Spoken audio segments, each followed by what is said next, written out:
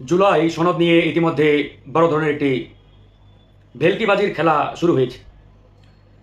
আমরা সরকারকে একাধিকবার বলেছি এবং ঐকমত্য কমিশনে যতবার বৈঠক হয়েছে এবং বৈঠক চলমান রয়েছে, প্রত্যেকটি বৈঠকেই আমরা স্পষ্ট করে বলছি যে জুলাই সনদ বা জাতীয় সনদ যে নামেই বলি না কেন, এটি অত্যন্ত গুরুত্বপূর্ণ এবং এটি অনতিবিলম্বে দিতে হবে।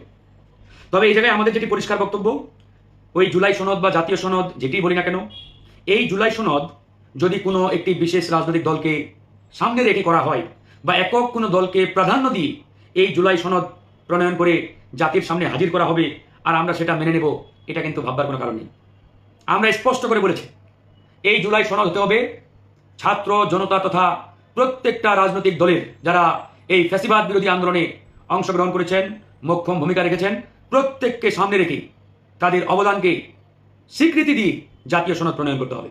এর বাইরে একক কোনো দলকে প্রাধান্য দিয়ে যদি জাতীয় সনদ বানানোর চেষ্টা করা হয়, এই জাতীয় সনদকে আমরা ছুঁড়ে ফেলে দেব।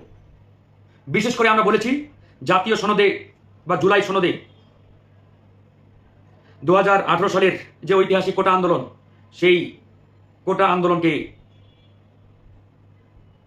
অবশ্যই প্রাধান্য দিতে হবে। কারণ এই বাংলাদেশে ফ্যাসিবাদ পতনের যে আন্দোলন, হাসিনা পতনের যে আন্দোলন, এই আন্দোলনের বীজ বপন হয়েছিল সেই ঐতিহাসিক 2018 সালের কোটা আন্দোলনের মাধ্যমে।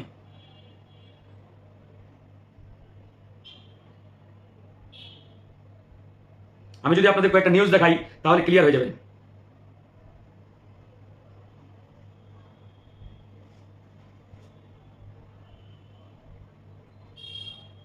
একবারই আমাদের বক্তব্য পরিষ্কার। বিগত 15-16 বছর যাই বলেন না কেন, দীর্ঘ সময় আমরা স্বৈরাচার বিরোধী আন্দোলন করেছি, ফ্যাসিবাদ পতনের আন্দোলন আমরা অব্যাহত রেখেছিলাম। কিন্তু বাস্তবিক অর্থে হাসিনা পতনের আন্দোলনের বীজ 2018 সালের কোটা আন্দোলনের মাধ্যমে শুরু হয়েছিল। বাংলাদেশের রাজনৈতিক দল, জনগণ সবার মাথায় এরকম একটা বদ্ধমূল ধারণা প্রতিষ্ঠিত হয়ে গেছিল যে হাসিনা আমৃত্যু ক্ষমতায় থাকবেন, হাসিনা আমৃত্যু ক্ষমতায় থাকবেন, তাকে শোনানোর মতো আর কেউ নাই, সুযোগ নাই। প্রত্যেকটা রাজনৈতিক দল, এটা আমরা চ্যালেঞ্জ দিয়ে বলতে পারি, এমন কোনো রাজনৈতিক দল নেই যে এই চিন্তাটা করে নাই। অনেকেই ছেড়ে দিয়েছিল আশা যে আর বোধহয় সম্ভব না, সুতরাং হাসিনা যতদিন বেঁচে আছে তিনি ক্ষমতায় থাকবেন, সুতরাং এটা নিয়ে আমাদের আর খুব একটা আন্দোলন কিংবা আলোচনা করে টাইম নষ্ট করার প্রয়োজন নেই। এটা আমি ওপেনলি বলছি। কিন্তু আমরা একমাত্র রাজনৈতিক দল তো পর হয়েছিলাম। 2018 সালে যখন কোটা আন্দোলন শুরু করলাম, তখন আমরাই চিন্তা করলাম যে না, এই ফ্যাসিবাদী স্বৈরাচারকে হটাতে না পারলে এই বাংলাদেশের জনগণের মুক্তি আসবে না, এই বাংলাদেশের জনগণ কোনোদিন মুক্তির স্বাদ পাবে না। তাই ফ্যাসিবাদকে হটাতে হবে, এই আওয়ামী লীগের পতন ঘটাতে হবে, শেখ হাসিনাকে বিতাড়িত করতে হবে। সেই চিন্তা সেন্টিমেন্ট থেকেই 18 ঐতিহাসিক কোটা আন্দোলনের পরে আমরা কিন্তু এটাকে একটা রাষ্ট্র সংস্কারের আন্দোলনের দিকে মুভ করলাম, নিয়ে গেলাম। তারপর থেকেই যে 2024 সালের গণঅভ্যুত্থান বা বিপ্লব যেটাই বলেন না কেন, এটার বীজ বপন হয়েছিল 2018 সালে। এখন কেউ যদি 2018 সালকে বাদ দিয়ে অ্যাভয়েড করে ওই জুলাই সনদ বা জাতীয় সনদ প্রণয়নের চিন্তা করে, এটা এদেশের মানুষ, ছাত্র জনতা ছুঁড়ে ফেলে দেবে, একবারই পরিষ্কার। আজকে আমরা এই ফ্যাসিবাদী আওয়ামী লীগের সংবিধান নিয়ে বারবার প্রশ্ন করছি কেন? কারণ 1972 সালে যখন এই মুজিববাদী সংবিধান প্রণয়ন করা হয় ডক্টর কামাল হোসেনের নেতৃত্বে, এই ডক্টর কামাল হোসেন তিনি একাধিক তার প্রেস ব্রিফিং বলেন বা মিডিয়া কনফারেন্স বলেন, সব জায়গায় তিনি বলেছেন যে আমি এই সংবিধান প্রণয়ন করেছিলাম বঙ্গবন্ধুকে সামনে রেখে। মানে শেখ মুজিবুর রহমানকে সামনে রেখে এই সংবিধানটা তিনি 1972 সালে প্রণয়ন করেছিলেন। যখন একজন ব্যক্তিকে সামনে রেখে, একজন ব্যক্তিকে টার্গেট করি, কোন একটা নির্দিষ্ট দলকে ফোকাস করে বাংলাদেশের রাষ্ট্রীয় একটা দলিল যার উপরে বেজ করে একটা দেশ চলে, রাষ্ট্র পরিচালনা করা হয়, সেই সংবিধান প্রণয়ন হয়, সেই সংবিধান নিয়ে বা দিয়ে জনগণের আকাঙ্ক্ষা বাস্তবায়ন সম্ভব নয়। সেটা কিন্তু ডক্টর কামাল 40 বছর পরে এসে বুঝতে পেরেছেন এবং তিনি সেটি স্বীকারও করেছেন যে এই সংবিধান শেখ মুজিবুর রহমানকে সামনে রেখে করা হয়েছে। তো আজকে যেহেতু এই প্রশ্নটি বারবার সামনে আসছে যে জুলাই সনদ, আমরা বলেছিলাম এটাকে সার্বজনীন রূপ দেওয়ার জন্য জুলাই সনদ নাম না দিয়ে এটাকে যদি আমরা জাতীয় সনদ নাম দিতে পারি, এটা আরো মোস্ট সার্বজনীন হয়, ইউনিভার্সাল হয়। কারণ জুলাই সনদ নামটার সাথে নির্দিষ্ট একটা মানে পেরিফেরি বা একটা গণ্ডির মধ্যে সীমাবদ্ধ এরকম কিছু মিন করি। পরবর্তীতে কোনো রাষ্ট্রীয় মানে ক্ষমতায় একক কোনো দল যদি ভবিষ্যতে ক্ষমতায় আসে, তারা এটাকে বাতিল করে দিতে পারে। এই জন্য আমরা লাস্ট প্রধান উপদেষ্টার সাথে বৈঠকে প্রধান উপদেষ্টাকে বলেছিলাম এটার জুলাই সনদ নাম না দিয়ে জাতীয় সনদ নাম দেন। জাতীয় সনদ নাম দিলে প্রত্যেকটা স্টেকের এখানে একটা মানে অংশগ্রহণ রয়েছে, এটা ফোকাস পাই। আর জুলাই সনদ বলতে অনেকেই বলতে পারে যে যারা সামনে ছিল এদের বোধহয় এটা তাদেরকে সামনে রেখে করা হয়েছে ইত্যাদি ইত্যাদি।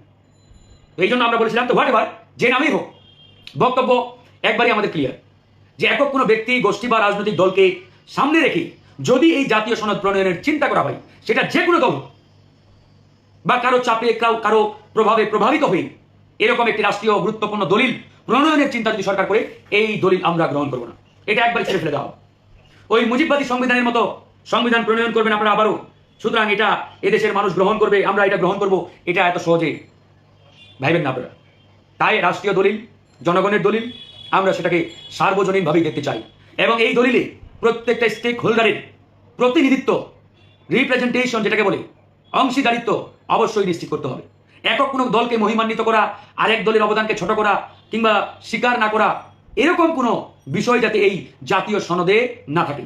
না হলে ওই মুজিববাদী সংবিধানের মতো 2, 4, 5, 10 বছর পরে আবারও এই জাতীয় সনদ নিয়ে প্রশ্ন উঠবে এবং এটার বিরুদ্ধেও এদেশের জনগণ আবার দাঁড়াবে। আমরা চাই না এই সনদ আগামীতে বিতর্কিত হোক, প্রশ্নবিদ্ধ হোক। তাই এটাকে সার্বজনীন যাতে রূপ দেওয়া হয়, সার্বজনীন রূপ দেওয়ার জন্য যা যা করার তাই করতে হবে। কিন্তু আজকে আমাদের ঐক্যমত্য কমিশনের সাথে রাজনৈতিক দলগুলোর বৈঠক ছিল। ঐক্যমত্য কমিশনের বৈঠকের শুরুতেই আলী রিয়াজ সাহেব বললেন, জাতীয় সনদ বা জুলাই সনদ মানে করার যে প্রক্রিয়া, অগ্রগতি, এটা হতাশাব্যঞ্জক, মানে আশানুরূপ নয়। অগ্রগতি নাকি একবারেই বাজে, কারণ 2-1টি রাজনৈতিক দল আশানুরূপভাবে সহযোগিতা করছে না। তো এই অবস্থা হলে কিন্তু এটা আমাদের জন্য অত্যন্ত খারাপ একটা দৃষ্টান্ত হবে এবং বাংলাদেশকে খারাপের দিকে আরো ধাবিত করবে। আমরা এর আগে বলেছিলাম জুলাই সনদ বা জাতীয় সনদ নিয়ে কোনো রাজনৈতিক দলের আপত্তি ছিল না, সবাই এই বাক্যে একমত ছিলেন। এখন কথা হচ্ছে কিভাবে হবে, কোন প্রক্রিয়ায় হবে, এটি নিয়ে ভিন্নমত ছিল, দ্বিমত ছিল। এটা আমরা বারবার বলেছি, দেশ ও জাতির বৃহত্তর স্বার্থে, বৃহত্তর কল্যাণের কথা চিন্তা করে আমরা গণ অধিকার পরিষদ সর্বোচ্চ স্যাক্রিফাইস করতে প্রস্তুত আছি। তবে দেশ ও জাতির কল্যাণকে প্রাধান্য দিতে হবে। কোনো দল, ব্যক্তি, গোষ্ঠীকে প্রাধান্য দিয়ে এরকম কোনো জাতীয় দলিল করার চিন্তা করলে এটা এদেশের জনগণ মেনে নেবে না, আমরাও মেনে নেবে না, কেউই গ্রহণ করবে না। তাই আমি আবারও বলছি, জুলাই সনদে বা জাতীয় সনদে 2018 সালের কোটা আন্দোলনকে অবশ্যই ইনক্লুড করতে হবে। অন্যথায় এই জাতীয় সনদ এদেশের মানুষ ছুঁড়ে ফেলে দেবে, ছাত্র জনতা ছুঁড়ে ফেলে দেবে, গ্রহণ করবে না। অবশ্যই এটাকে ইনক্লুড করতেই হবে, কারণ এই ফ্যাসিবাদ পতনের আন্দোলনের বীজ 2018 সালের কোটা আন্দোলনের মাধ্যমে মানে বপন করা হয়েছিল। সুতরাং সেখান থেকে আজকের এই ফ্যাসিবাদ পতন আন্দোলন, হাসিনা বিদায়ের আন্দোলন। সুতরাং আপনি যদি রুট বা শিকড়কে ভুলে যান, সেটাকে অস্বীকার করার চিন্তা করেন, তাহলে এটা কিন্তু অত্যন্ত প্যাথেটিক সবার জন্যই। তাই বিনীত আবেদন থাকবে এবং একই সাথে আহ্বান থাকবে যে আমাদের এই জুলাই সনদ নিয়ে আর কোনো টালবাহানা করেন না। এটা নিয়ে আর টাইম ক্ষেপণ করার কোনো সুযোগ নেই। আপনারা যথাযথ সঠিক প্রক্রিয়ার মাধ্যমে সকল স্টেক হোল্ডারদের অবদানকে স্বীকৃতি দিয়ে আপনারা একটি সার্বজনীন জাতীয় সনদ প্রণয়ন করেন, যেখানে প্রত্যেকটা স্টেকের অবদান থাকবে, প্রত্যেকটা ঘটনার উপস্থিতি থাকবে এবং যে সনদকে প্রত্যেকটি মানুষ, রাজনৈতিক দল সাদরে গ্রহণ করবে, এরকম একটি জাতীয় সনদ অনতিবিলম্বে প্রণয়নের আমরা আহ্বান জানাচ্ছি। ভালো থাকবেন। আল্লাহ হাফেজ। আসসালামু আলাইকুম রহমতুল্লাহ।